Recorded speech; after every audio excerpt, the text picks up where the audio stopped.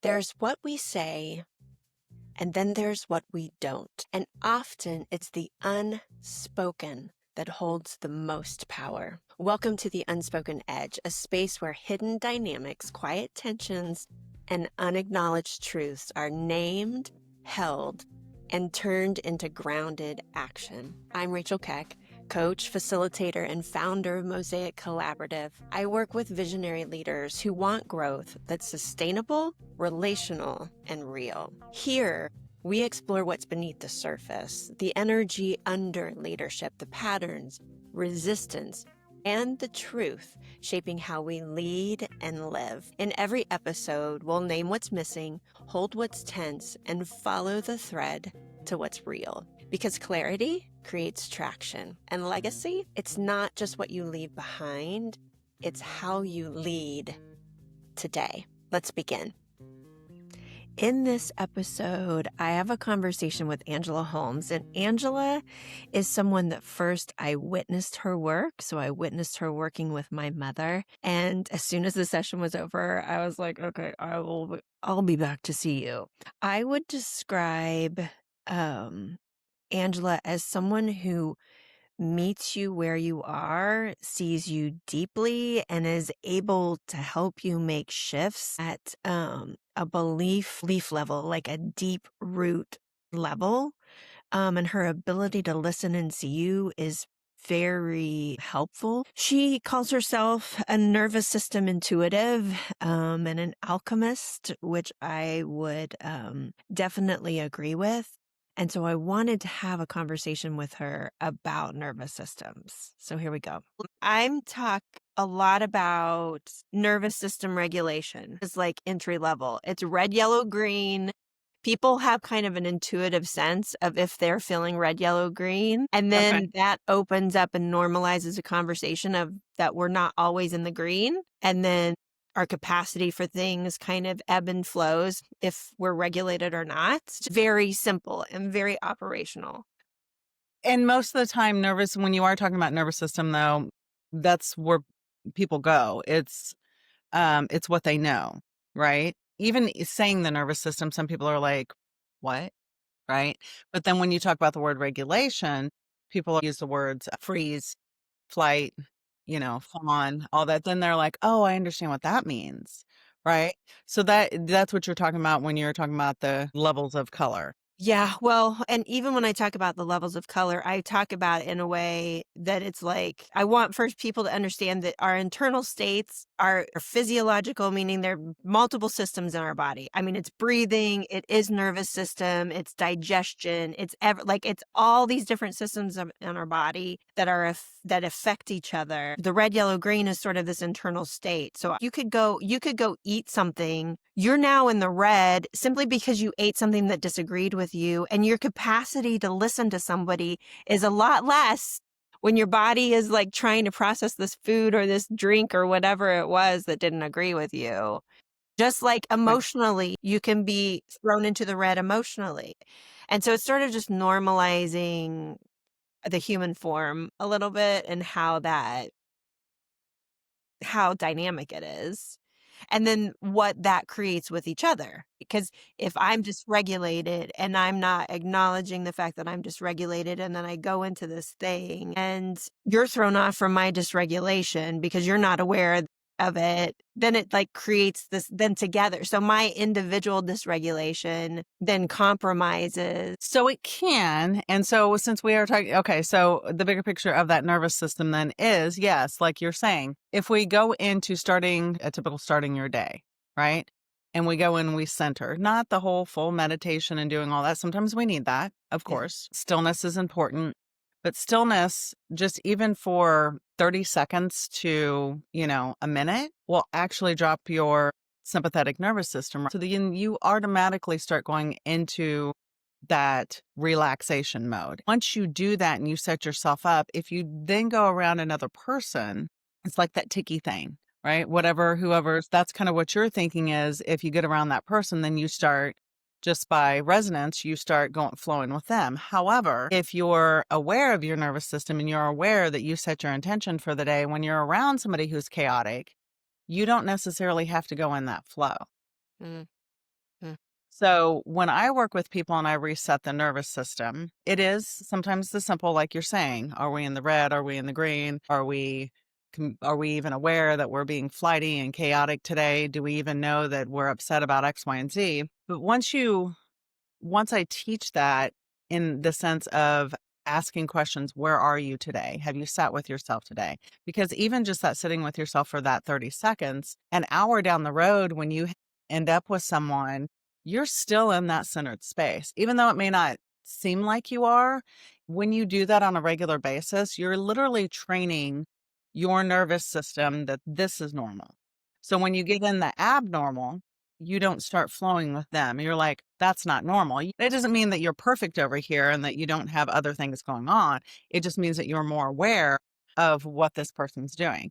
So, from a nervous system energetic standpoint, when you have that awareness, then you can choose to do something with it. So, we're automatically going to want to go one way or the other. We're either going to want to go flow with them in the sympathetic pool, which is not fun, or we're going to stay over here in the empathetic pool and just be like, oh, I see you, but I'm going to stay over here in my space. We're still talking about nervous system, but it's just after you work with that enough, you train yourself not to go into flight or freeze or, Yeah. or I'm just going to flop and I don't even know what to do now. Because you're more aware of your internal state. So it's still kind of basic when we're talking about basic polyvagal type learning. However, the more you do it, the less you actually have to do all those routines. Yeah. It's nice to get into those routines and learn, like if I'm anxious, let's stick your fingers in your ears and twist the body and do some things. That changes because you're hitting that vagal nerve. So you can do seconds of things that recenter you. And then you choose if you want to get into that sympathetic pool or not.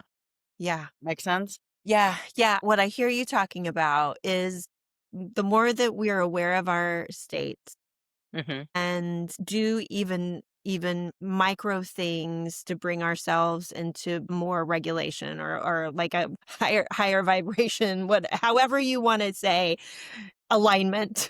Alignment. um Align. Yeah. then then we build this sense of resilience over time, Correct. which then increases our capacity to life, like the roller coaster that is, and people that come in and out, and ourselves. What struck me was the sympathetic pull and the empathetic pull, I think, is really important. You have to have some resilience Mm-hmm. and awareness built to know, because I feel like I'm wrestling a little bit with that right now. The sympathetic pull, because that's what happens Mm-hmm. when you're in the red, um, or in the green, it can happen, but you go and then you bump into somebody that's in the red, Mm-hmm. that pull just grabs you without you even know. Like there's not a you're not conscious of the sympathetic pull until over time you Right.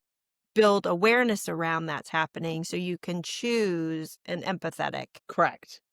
So that's the anatomy of what happens. But the field dynamics is the nervous system energetics, the second that you're talking about. So it's really not that difficult, though, once you practice it a little bit. Or, like I said, when I work with you, I reset that in your nervous system. So you still have to create the neurons to keep firing and make that not just a choice. Choice is habit, right? So if you keep choosing something over and over and over again, that becomes a habit. So it's still a choice. Care what people say, what a habit is, it's still a choice. However, when you keep choosing that, yes, the neurons become bigger and bigger and bigger and bigger. So when you butt up in that sympathetic pool, you're not necessarily going to go down that rabbit hole because your neurons are firing so much greater and have more energy going towards what you've been practicing versus what you haven't been. Does Mhm. that make sense? Yeah, so let me just give you an example, and you tell me what's happening based on what you're saying. I think naturally there's a sympathetic pull where I'm then merged with their feelings and like, I'm so sorry this is happening to you and blah, blah, blah. Then there gets a point. I'm kind of feeling at a point right now with a couple people in my life where I'm like, "Hey, I appreciate where you're coming from, but I'm not participating in this anymore. I'm not going to participate in like you being disempowered or not being able to choose something different, or I'm just kind of over the sympathetic pull, I feel like. But I don't know Okay. if that's exactly, is that what's happening? Close. Okay. So, unfortunately, the way you're saying it, from what I'm hearing, is that yes, you're kind of burned out from being around that. However, you're still choosing to see it as a wrongness or a judgment on them, but really you're the one judging.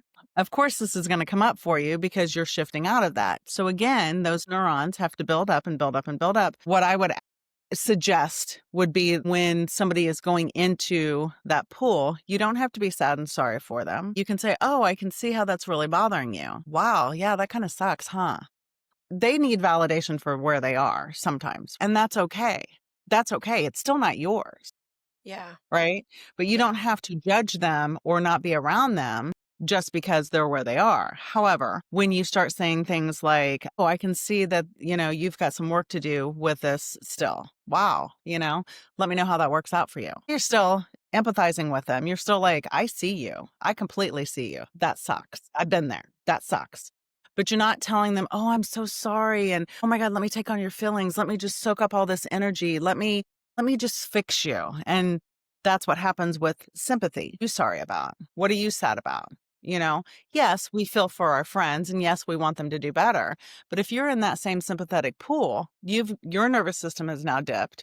You're now out of alignment and you're in alignment with them versus standing your resilient self and you're staying centered. Because when you're centered, you want that pendulum to swing Mhm. your way and you want them to come your way. Does that Right. make sense? So Yes. you're holding the resonant field. Yeah. That's nervous system energetics.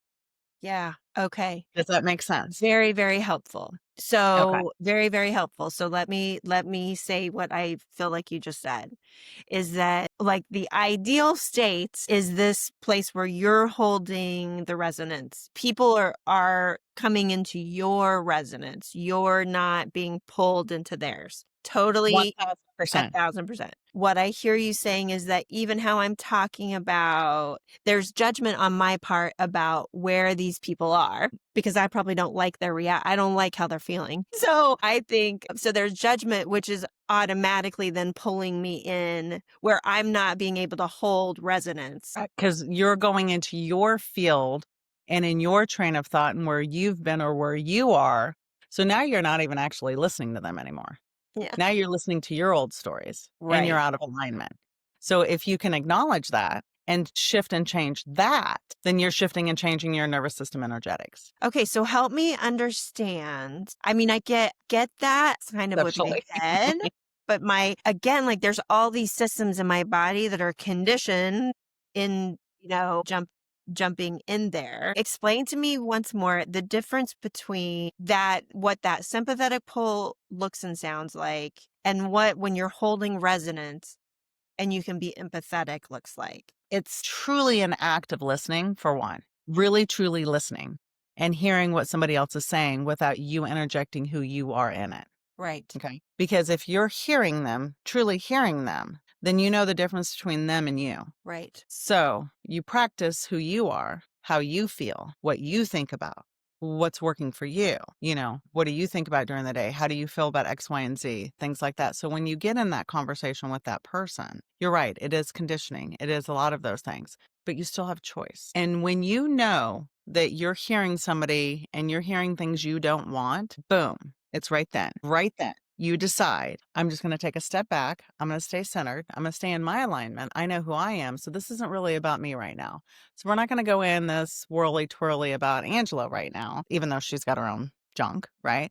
We're going to actively stay here with this person and hear them out and be here for them and hold the field for them. Yeah, that's interesting. So the choice, one of the big choice points is the minute you feel like I don't like this. Yes. And then that's your key to your little flashing sign to step back and be like, "Whoa. Whoa. This Let isn't me about get back into myself." One of the most impactful things that you've ever said to me is asking the question, is this mine? And pausing enough to be like, whoa, okay, me. is this mine? Like already that judgment of this is I like this or don't like this Mhm. is How does this make you already feel? Yeah. you're getting pulled. You're getting cold. How you feel is about you. How you feel is about your nervous system. How you feel will dictate if you want to go into fight, flight, freeze, fawn, flop, whatever, right? How you're feeling. And they're not wrongnesses because sometimes we need to navigate through them, but if we're in conversation with another person and you're really just dysregulated, you're actually going to notice you're not just dysregulated, everything around you just is dysregulated.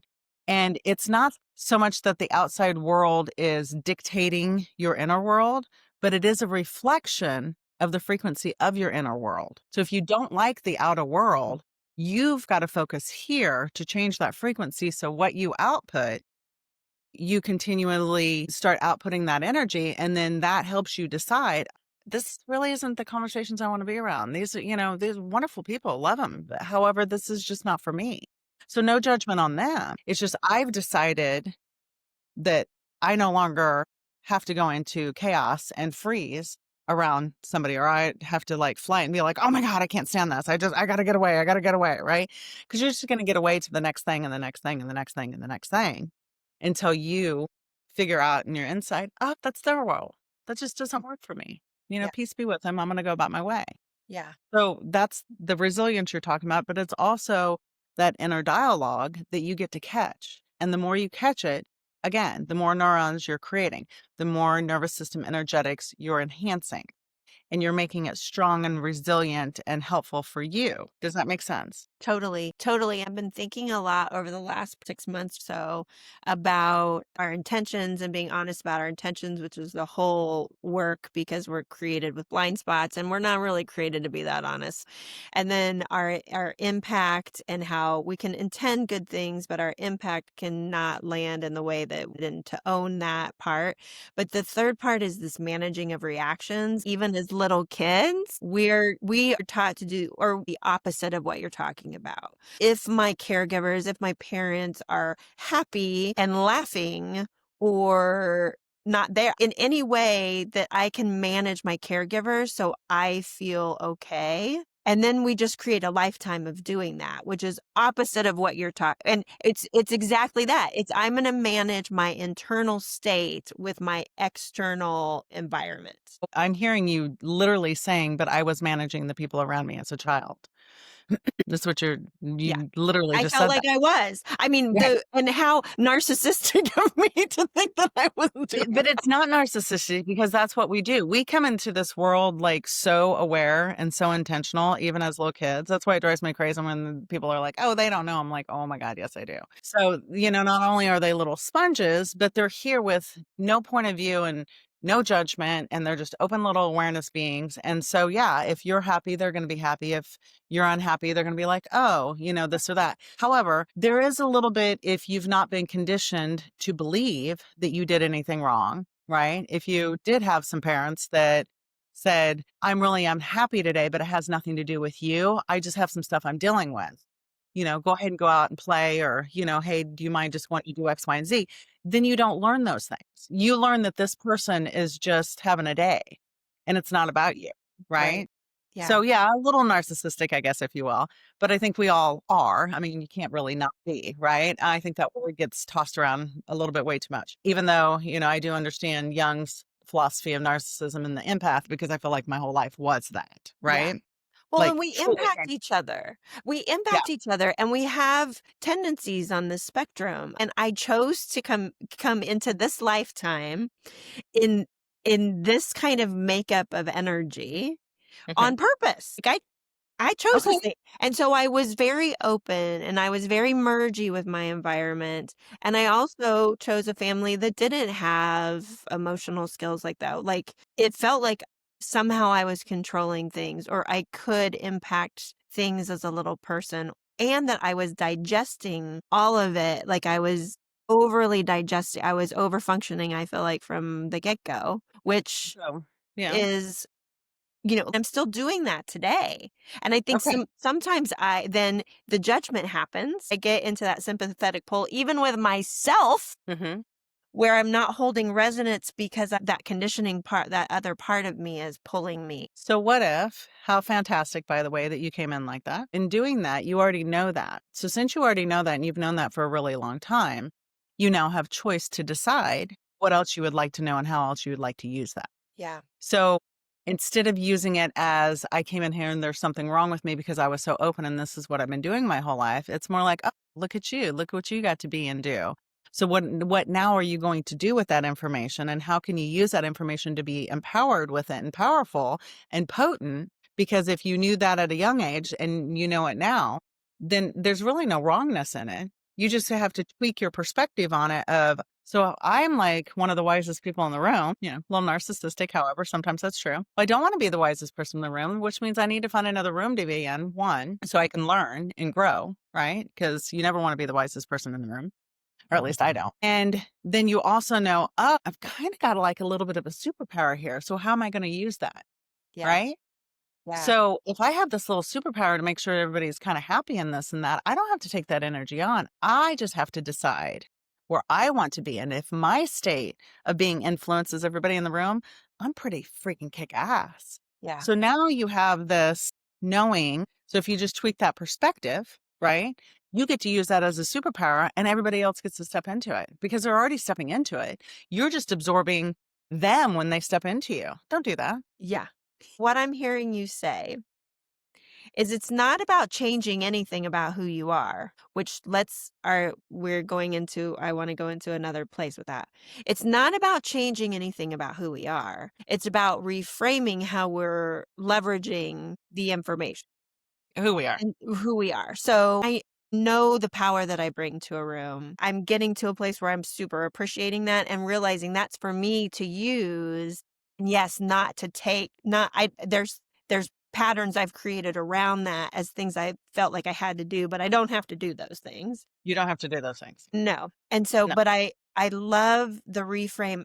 I love the thought of it's not about changing who you are. It's about having that be really good, yummy information, Mhm. which goes back to when you're stuck in a sympathetic pole, you can't see, like, you can't see 'Cause that. you're in it. You're in it. You're now in it with them. You And have to so drop into you have to do the dropping in. You have to, yeah, and some people think it's like hours and all this meditation. Those are wonderful tools. I mean, holding a crystal is a wonderful tool. Going to yoga is a wonderful tool. They're all tools to get you where you need to be. Go use them. Whatever tool works for you, works for you. However, it really only takes seconds to get in there. yeah. So, I and if you know that you have that choice and you have seconds to decide to respond or react, that's so powerful because that tells you how powerful you are to make a choice right now, That's right. like right now, because all we really have is right now. That's So if you decide I'm going to be happy right now, regardless of what's going on, then that's what's going to happen. yeah. Right. And you're going to shift it that quickly. And so those are layers of your nervous system, those layers of your nervous system working with you, working for you. And sometimes we just got to ebb and flow, but the ebb and flow, it teaches you more about who you are, where you want to be. What are you putting out in the environment? Do you like what you're putting out in the environment? Do you like your environment? If you don't like your environment, then obviously there's something about yourself that you believe to be true that probably isn't. Yeah. So then you've got to look at you. So it's always looking here, always responding here Yeah. first. Right. And that's, to me, what I call nervous system energetics because it's everything. It's boom. We're either dodged a bullet on that one or Yeah. I'm And going to it is roll. literally your breath. That's it. I mean, it can be that fast. It can be. So how can people find you? My website is angelalholmes.com. You can find me on Instagram at spiritualalchemist248. I do have on there Linktree, which connects you to all over the place on my Instagram, and then also on LinkedIn. I also have two books. One is getting ready to go to print. So on Amazon or my stand store, I have nervous system sovereignty. So the book is called Welcome to the Return, and that just takes you back into soul remembrance. It's a little bit more of a manual, and in the manual, and when you're reading it, I did energetically put stuff in there so it actually enhances and kind of takes you into that DNA just by reading the words. Some people probably won't understand that, and that's okay. You will feel a difference. You have to take breaks while you read it. So that's the first one. And then the second one will be coming out, and that will also be on Amazon, and then also just a digital print on my stand store. So my stand store is A Holmes 71. Okay. You you are so magical. Just your energy shifts. I mean, your Thank resonance. I am attracted to your resonance. See? I We can love all do it. I love it. Our guests bring such clarity and depth. If you want to explore more of their work, you'll find links in the show notes. And thank you, listener, for joining me on the Unspoken Edge, the place where we name what's missing so you can lead from what matters. If something resonated with you today, share this episode with a friend or a colleague. Leave a review or subscribe so you don't miss what's next. And if you're navigating unseen tensions in your leadership or culture, let's connect. You'll find me at mosaiccollaborative.com because legacy isn't a final chapter. It's what you live into, one conversation at a time.